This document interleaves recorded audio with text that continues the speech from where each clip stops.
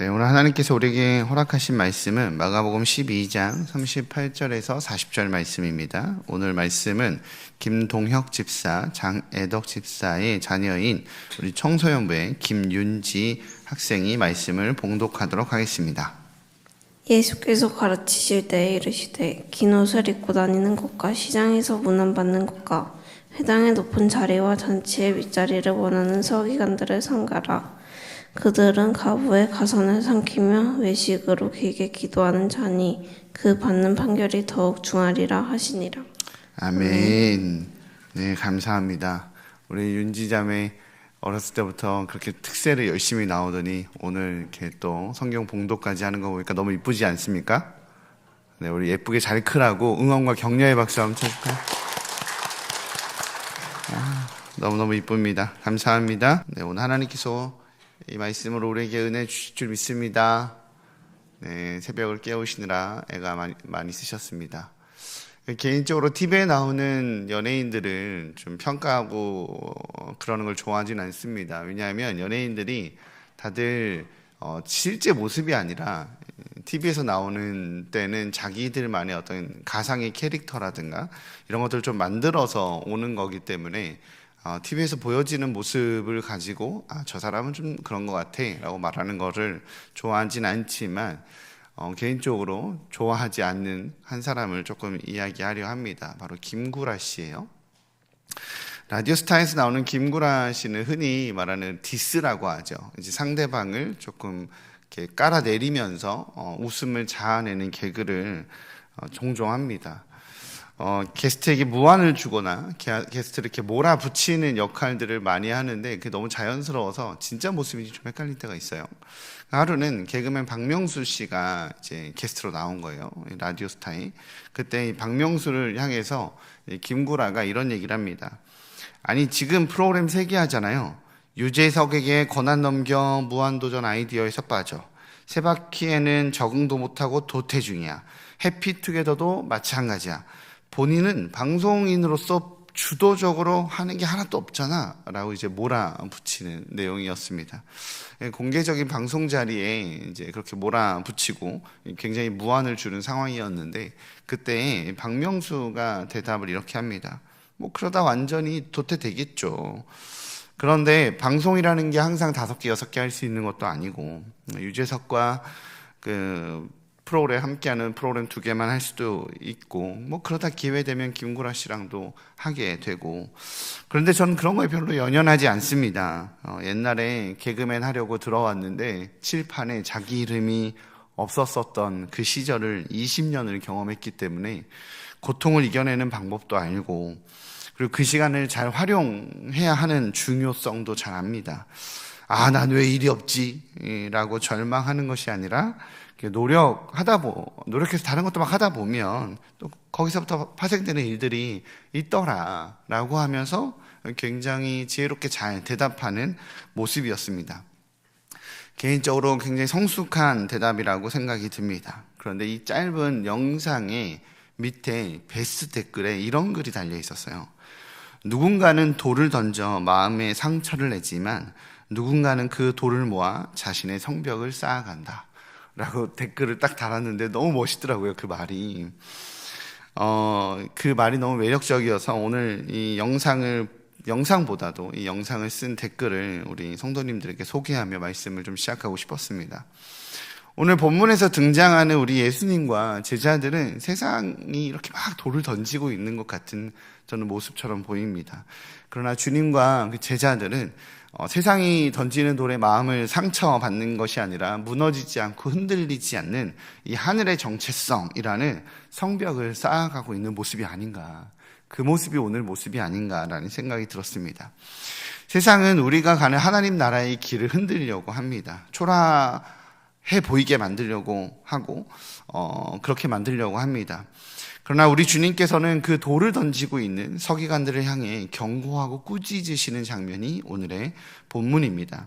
오늘 본문을 통해서 이 서기관들이 욕망의 선동가로서 주의 길을 어떻게 방해하고 있는지, 이에 대해 우리 주님께서는 어떻게 또 얼마나 경계하고 있는지 돌아보는 시간을 갖고자 합니다. 우리 주님께서는 낮고 천한 모습으로 오셨습니다. 목수의 아들로 나셨고 말 구유에서 태어나셨죠. 그리고 화려하고 든든한 지지 세력이 아니라 어디에서 다 실패자로 있을 것 같아 보이는 그런 초라한 죄인들을 불러 모아 제자로 삼으셨습니다. 예수님을 따라가는 이들은 탁월하진 않았지만 그래도 나름 주님께 받은 은혜로 열심히 따르고 있었습니다. 인자에게는 머리 둘 곳이 없다라고 말씀하신 것처럼 머리 둘 곳 하나 없는 곳에 주님 따라다니며 열심히 주님과 동행하고 있었습니다. 그러나 사역의 현장에서 하나님 나라의 이 가치를 흔들어 버리는 사람들이 있습니다. 이 헌신의 가치를 흔드는 이들이죠. 오늘 본문에서 나오는 서기관들입니다. 사역의 방향성과 사역의 오름을 잃어버리도록 하는 사람들이죠. 오늘 본문에서 예수님께서는 이 서기관들에 대한 실체를 지적하기 전에 서기관 중에 하나가 이제 오늘 본문 이전에 서기관들 중에 하나가 찾아와서 무엇이 가장 큰 계명이니까라고 질문하는 장면이 먼저 나옵니다. 유대 율법사들은 이 600개가 넘는 유전을 만들어서 지키도록 했는데 그 중에서 중요한 계명이 248개, 덜 중요한 계명이 365개로 나뉘어져 있습니다. 이 중에서 어느 것이 더 중요하고 어느 것이 덜 중요한지 자기들끼리는 늘 논쟁 가운데 있었어요. 그러니까 그 논쟁 중에 이 서기관 하나가 예수님이 생각하기에 가장 중요한 계명은 무엇입니까? 라고 묻죠. 당대 율법사들은 이 백성들로 하여금 경쟁적으로 율법을 지키게 하기 위해서 율법의 중요한 율법, 중요하지 않는 율법 이런 것들에 가산점을 붙이곤 했습니다. 어느 계명은 몇 점, 어느 계명은 몇 점, 이런 식으로 이제 계명에 가산점을 붙이면 사람들을 통제하기 편해지는 거예요. 중요한 계명 이거 안 지키면 이거보다 이게 더 중요한 거니까 내가 말한 이 계명을 지켜야 돼 라고 말하는 이 백성들을 통제하는 수단으로 사용되었습니다. 그렇게 우리 주님께서는 이 가산점을 가지고 사람들을 통제하는 이 서기관들을 지적하기 위해서라도 가장 중요한 중심 사상을 말씀하시는 거죠. 마음을 지적하시는 겁니다. 하나님을 사랑하는 것, 그게 가장 중요하고, 그리고 이웃을 사랑하는 것이 중요하다. 이 두 가지의 마음의 중심만 가르치셨습니다. 근데 이 말씀에 대해서 마태복음에는 뭐라고 표현되어 있냐면 하나님을 사랑하고 둘째도 그와 같으니라고 말하고 있어요. 첫 번째와 두 번째가 위아래의 개념이 아니라 하나님을 사랑하는 것과 이웃을 사랑하는 것이 그와 같다라고 표현하고 있는 거예요. 즉 하나님을 사랑하고 이웃을 사랑하는 것은 위아래의 개념이 아니라 동전의 양면과도 같아서 떼어낼 수 없는 것이다 라는 표현인 거죠. 이는 다시 말씀드리지만 이 당시 서기관들의 이 행태를 지적하는 내용이기도 합니다. 서기관들은 하나님을 사랑한다라고 말하는 그 명목 아래 이제 하나님께 받은 복으로 이웃을 사랑하는 것이 아니라 백성들을 위해 지배자로 또 권위자로 권력자로 있기를 추구했어요. 내가 하나님께 복받은 사람이니 너는 내 말 들어야 돼 라고 상대적 우위를 점하는 거죠. 오늘 본문에서는 이러한 이 서기관들의 심중에 있는 태도를 이제 주님께서 지적하시는 경고입니다. 서기관들의 허세를 폭로하는 거죠. 38절입니다. 우리 같이 읽어보도록 하겠습니다. 시작. 예수께서 가르치실 때 이르시되 긴 옷을 입고 다니는 것과 시장에서 문안 받는 것과 아멘. 죄송한데 모니터 조금만 더 올려주시겠어요? 조금 힘든데. 네. 첫 번째는 서기관들의 옷차림입니다. 그들은 망토같이 긴 옷을 입고 돌아다녔어요. 이 옷의 특징은 일반인들이 입을 수 없는 옷이었습니다. 이제 나는 종교인입니다. 이런 걸 티내는 그런 옷인 거죠. 긴 망토 같은 옷이면 어떤 느낌이세요? 우리 영화 어벤져스나 이 슈퍼맨 같은 그런 좀 생각이 들지 않습니까? 신분상 이렇게 복장으로 신분상 다른 백성들과 나는 다른 존재이고 나는 특별한 존재이고 나를 드러내며 나에게 집중하라라고 말하는 의도가 그 옷에는 깔려 있습니다. 우리 국회의원들이 일부러라도 배지를 이렇게 보여주는 것과 좀 비슷한 모습인 것 같습니다. 이들은 시장에 나가 사람들에게 이렇게 문안을 받습니다. 이를 다르게 이야기하자면 시장에선 서기관들을 최우선으로 대우해 줬음을 알 수 있게 하는 대목이죠. 그들의 특별 대우는 시장에서 멈추지 않습니다. 그들은 회당에서 예배 드릴 때도, 그리고 중요한 행사나 잔치 자리에도 늘 대우를 받는 그런 포지션에 있었습니다. 이러한 대우를 받으며 자신들의 신분은 특별하게 당연히 받아야 되는 대우라고 생각했습니다. 그래서 대중들 앞에 자신의 신분을 드러내기를 좋아하는 사람이 서기관들입니다. 나는 백성들 위에 있다, 이런 거죠. 두 번째는 공공장소에서 그들의 태도입니다. 39절입니다. 이것 또한 같이 읽겠습니다. 시작. 회당에서 높은 자리와 잔치의 윗자리를 원하는 서기관들을 삼가라. 네, 고대 사회에서 조직과 식탁의 첫 자리는요, 명예를 상징합니다.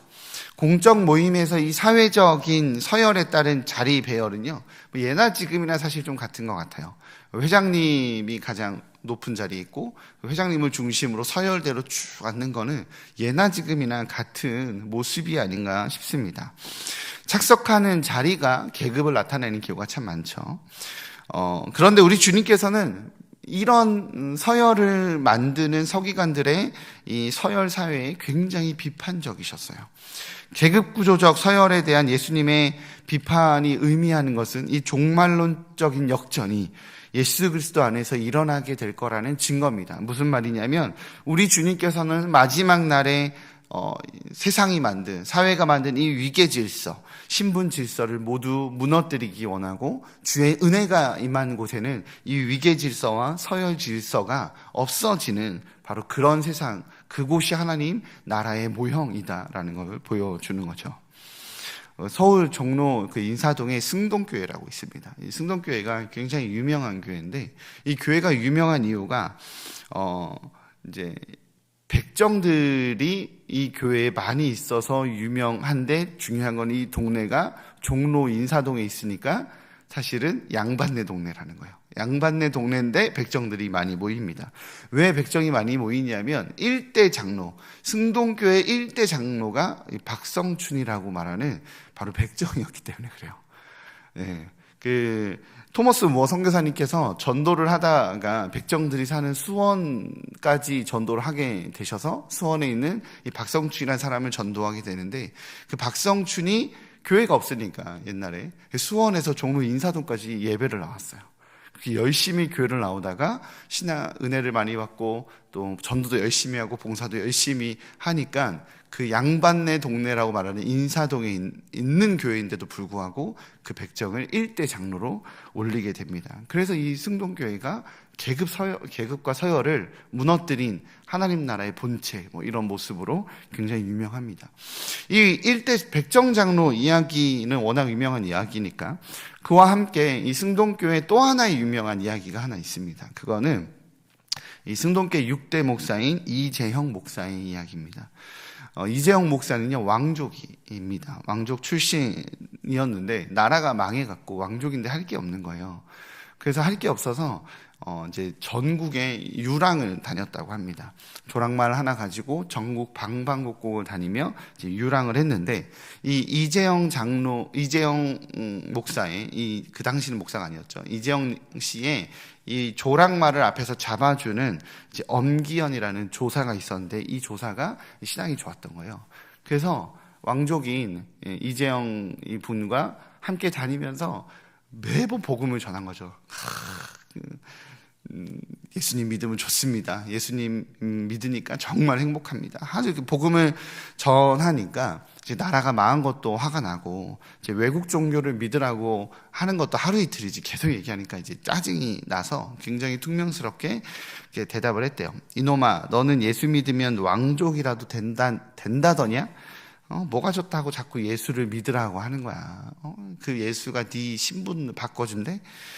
막 이렇게 뭐라고 하니까 엄기현 조사님이 아유 무슨요, 예수님 믿으면 제가 이 말잡이를 더 잘하게 되는 거죠. 제 안에 기쁨이 넘치니까 이 말자리를 더 열심히, 맡은 바 역할을 더 열심히 하게 되는 겁니다. 맡은 바 역할에 기쁨이 생깁니다. 예수님 믿으세요. 이렇게 복음을 계속 전했다고 합니다.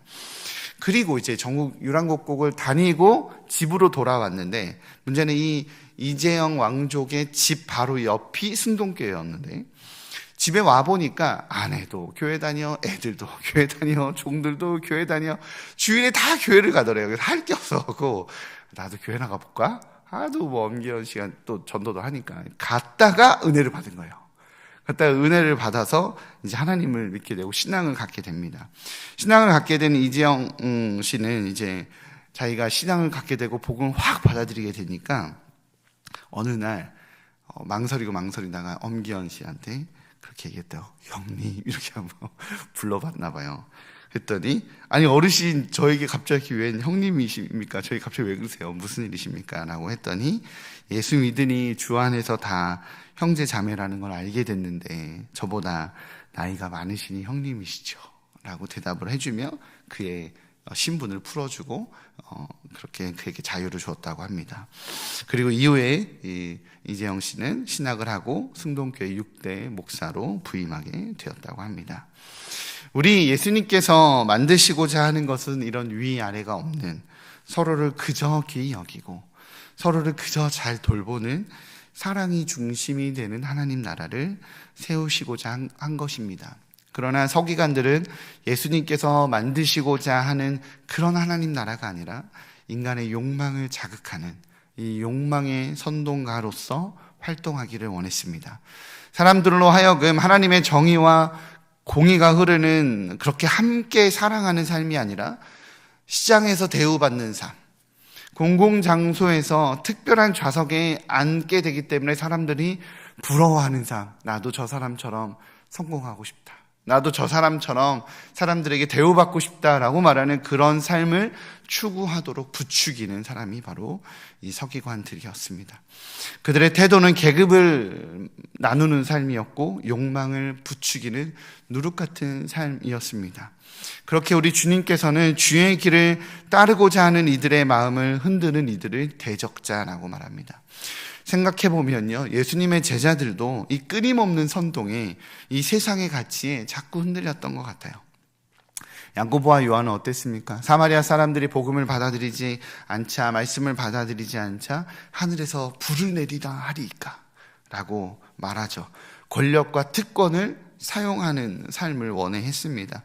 어떤 제자들은 예수님의 이름으로 다른 이들, 예수님과 함께하지 않는데도 불구하고 예수님의 이름으로 치유와 기적을 행하자 그들을 막아야 한다라고, 어디 감히 우리에게 있는 특권인데 라고 막아야 한다라고 말하기도 했죠. 심지어 자기들끼리도 위아래가 있다라고 싸우기도 했습니다. 서기관들이 끊임없이 부추기는 욕망은 이제 예수님의 가르침에 자신도 모르게 계속 저항하게 되었었던 것입니다. 자꾸 자신 스스로도 모르게 욕망에 선동되고 있었다라는 것입니다. 제가 과거 이 넥타라고 하는 선교단체에서 사역을 한 적이 있었습니다.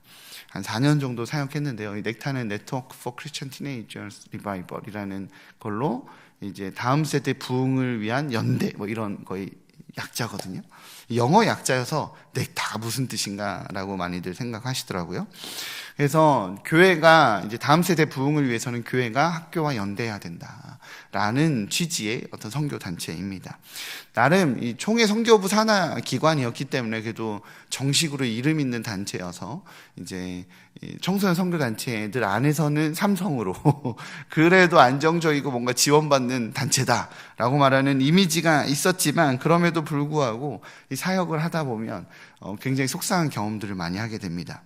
넥타 실무자로서 가장 많이 하는 역할은 뭐냐면, 저희가 연대되어 있었던 학교 선생님이 이제 정근을 가게 되거나 소식을 듣게 돼서 나도 기독교사로서 학교 안에 기독 동아리라든가 기독교 활동들 뭐 이렇게 하고 싶다, CA 수업에 기독교적인 무언가를 하고 싶다라고 하면 연락이 오세요. 그럼 이제 인근에 있는 교회를 찾아서 그 선생님이랑 연결해 주는 사역이 넥타의 가장 중요한 사역이고 실무자가 가장 많이 하는 사역인데, 이게 청소년 사역을 하다 보니까 아이들 학교에서 만나고 그러다 보니까 이렇게 딱 정장을 이렇게 예쁘게 차려입는 것이 아니라 좀 청바지에 약간 자유한 복장을 입고 많이 다니거든요. 선생님이 요청하셔서 교회를 찾아가면 먼저 주보를 좀 받을 수 있을까요? 이 연락처나 비상 이렇게 연락할 때를 알고 싶어서 주보를 이렇게 받아갈 때는 엄청 반가워하세요. 동네 청년이 교회 찾나 보다. 엄청 반가워해 주시거든요. 그걸 받고 나서 넥타라고 하는 선교단체인데요 라고 설명을 하기 시작하면 이제 뭔 말인지도 모르겠고, 그래서 뭐 어쩌라는 건지라는 것도 모르겠고, 굉장히 듣기 불편해하기 시작하고, 어떤 취급을 하냐면 이 잡사인 취급을 합니다. 그렇게 학교를 연결해드리면 그러시냐고, 저희가 그 사역을 감당하겠다고 기쁨으로 막 교회가 달려들 것 같지만 그러지 않아요. 거리에서 물건 팔러 왔나? 팜플렛이라도 나눠주면 이 홍보지 전달하러 왔나? 이런 식으로 많이 보거든요. 거기서 만나는 목회자들 역시 굉장히 귀찮아하는 경우도 꽤 많습니다. 그렇게 잡상인 취급을 몇 번 당하면 마음이 참 상합니다.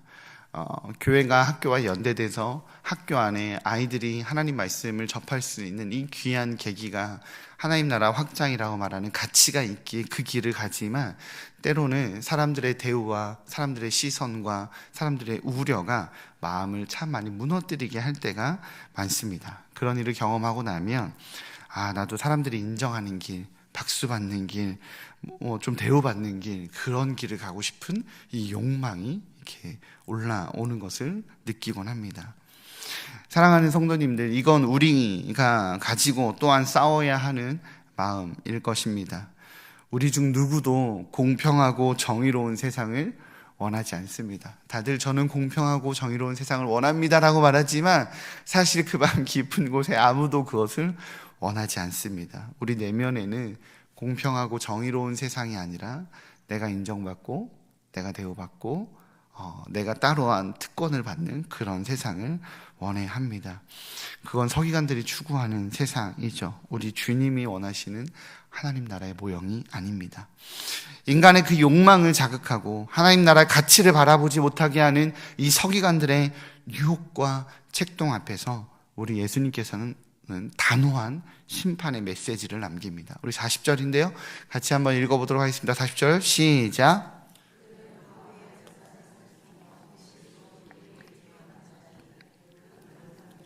더욱 중하리라 하시리라. 아멘. 예수님께서는 이 서기관들이 세상에서 받는 특권, 그들은 끊임없이 그 특권을 강조했지만 우리 주님은 그 특권이 아니라 그들의 존재적 죄악을 지적합니다. 과부의 가산을 그 탐심의 충족으로 여기는 그런 대상으로 여기는 자들, 외식하는 자들, 그래서 이들은 심판의 대상이 됩니다. 서기관들이 자신이 받는 대우에 집중할 때 우리 주님께서는 서기관들의 이 존재적 죄악에 집중하십니다. 40절에서 예수님께서 대답해 주신 이 과부의 가산을 삼키는 것과 외식으로 기도하는 것은 이 서기관들이 처음에 물었었던 이 본질적인 질문, 무엇이 가장 큰 계명이니까? 라고 했을 때 우리 주님이 뭐라고 이야기하셨습니까? 하나님을 사랑하는 것과 이웃을 사랑하는 것이 가장 큰 계명이다 라고 말했지만, 이들은 과부의 가산을 삼키는 것과 외식으로 기도하는 것 그 자체만으로도 우리 주님이 말씀하신 가장 큰 계명을 어기는 자들의 모습을 사실 그 내면에 가지고 있었다라는 거예요. 그들은 이웃을 사랑하지 않아서 과부의 가산을 삼키는 자들입니다. 그들은 하나님을 사랑하지 않아서 진심으로 하나님께 기도하며 교제하는 것이 아니라 위선으로 기도하는 자들입니다. 그들은 우리 주님이 말씀하신 가장 귀하고 가장 가치 있는 계명 2가지 모두를 범하는 자들이었습니다. 그들이 세상에서 어떤 대우를 받던 어떤 특권을 받던 그건 중요하지 않아요. 이들은 모두 하나님의 중한 심판을 받는 자들, 그 심판의 대상자가 됩니다. 그들은 율법의 전문가로서 하나님의 말씀을 가르치고 살아가야 함에도 불구하고 실제로는 율법과 완전히 역행하는 삶을 살고 있었던 것입니다. 그러기에 이들의 누룩, 성공을 가장한 하나님 나라를 역행하는 욕망의 선동은 다 그렇게 세상은 살아가는 거야 라는 타협의 영역이 아니라 처절한 싸움의 영역인 것입니다. 우리 주님께서는 그래서 처절한 싸움의 영역으로 이 영역과 싸워서 승리하셨습니다.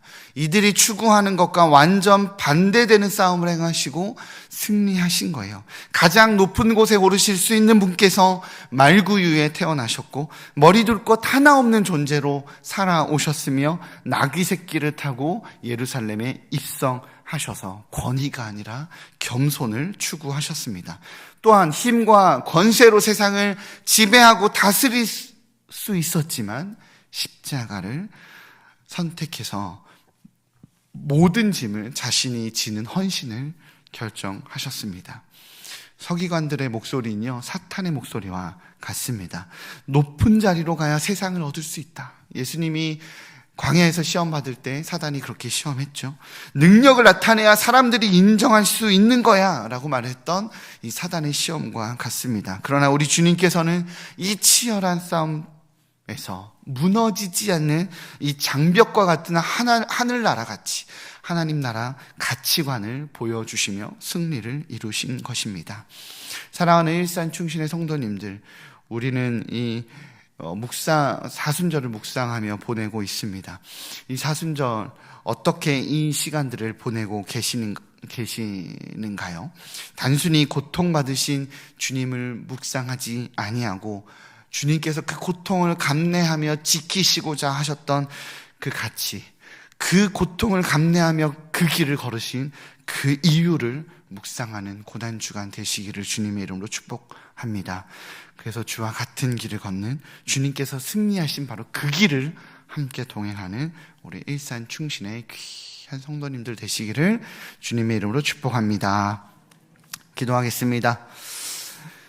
사랑해 주님 감사합니다. 우리 삶이 끊임없이 높은 자리로, 박수받는 자리로, 사람들이 부러워하는 자리로 가고 싶어집니다. 그렇게 우리는 책동받고 우리 마음 또한 거기에 가야 안정을 누릴 수 있는 것 같아 보일 때가 많습니다. 그리고 심지어 그 자리에 가니 내가 높은 자리에 왔다고, 내가 이 정도 대우는 받아야 되는 자리에 왔다라고 우리 마음이 높아지진 않습니까? 주님, 주의 길을 따라가는 저희들 되기에 허락하여 주옵소서. 주께서 걸어가신 그 겸손의 길, 하나님 욕망의 선동가의 모든 욕망의 선동을 다 물리치시고 주께서 걸으셨었던 그 하늘가치의 그 길을 따라가기로 결단하는 이 고난주간 되게 하여 주옵소서. 이 모든 말씀 우리 주 예수 그리스도의 이름으로 기도합니다. 아멘. 우리 말씀을 기억하며 계속적으로 기도하겠습니다. 우리 삶에 끊임없이 쏟아지는 유혹이 있습니다. 주의 십자가의 길이 아닌 욕망의 길, 성공의 길, 배려받고 대우받는 길, 그 길을 가고자 하는 모든 욕망에서 주님, 내가 하나님의 마음을 구합니다 라고 주의 마음을 구하는 시간 갖도록 하겠습니다. 맡겨진 사명이 있어서 필요한 자리와 지위를 얻게 되는 것을 문제시하는 것이 아닙니다. 그 자리를 특권의 자리로, 권력의 자리로 이해하는 이 세상의 모든 통념에서 자유케 되게 해달라고, 그래서 맡겨진 자리에서 하나님 나라 백성의 모습을 드러내는 삶을 살아가게 해달라고 주의 은혜를 간구하는 시간 갖도록 하겠습니다.